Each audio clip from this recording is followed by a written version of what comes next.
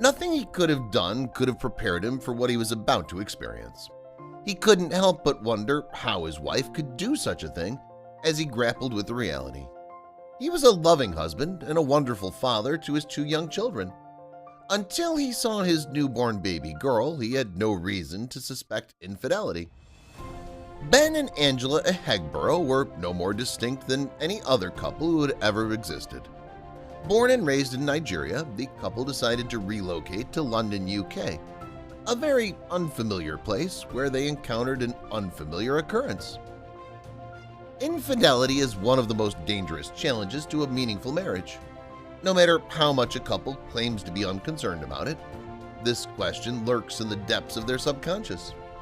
The couple had no idea that this threat was about to knock on their door. Ben and Angela had 2 children before moving to London 5 years ago.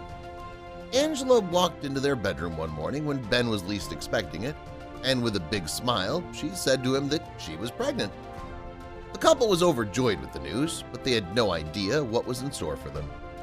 And as is common among couples expecting a new child, such information is often kept private until the pregnancy is too large to conceal.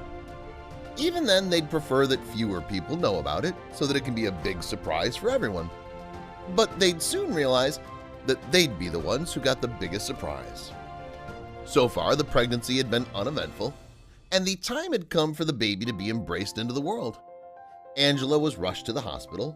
Both she and her husband were ecstatic about the new chapter in their lives that was about to begin. Everything at the hospital went as planned. Angela was ready to give birth, and the time had come. Dad sat in the waiting room, patiently watching as the doctor assisted Angela in giving birth to their child. The doctor, nurses, and parents, on the other hand, were unprepared for what was about to happen. Something odd about this baby was noticed by the doctors and nurses. The room fell silent, tension rose, and the nurses burst out laughing. Angela was naturally alarmed by these actions and wanted to know if everything was okay. The nurses comforted her and assured her that everything was fine, but their expressions perplexed her until she was handed the baby.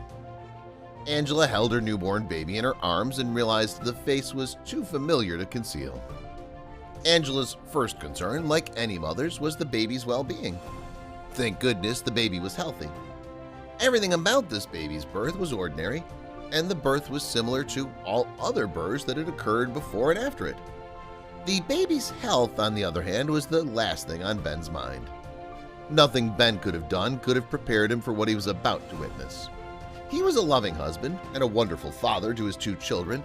He had no reasonable grounds to suspect infidelity up until that point when he saw the baby in his wife's arms.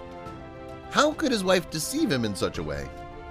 Not only was the baby white, but she was also blue-eyed and blonde. What's more perplexing is that her parents were both black Nigerians. Angela, realizing her predicament, began explaining to both her husband and the nurses that she'd been completely loyal. This didn't explain how Ben could have fathered a blue-eyed blonde child. Both parents were unaware of any white ancestry history other than Ben's mother's lighter complexion to explain the possibility of a recessive gene.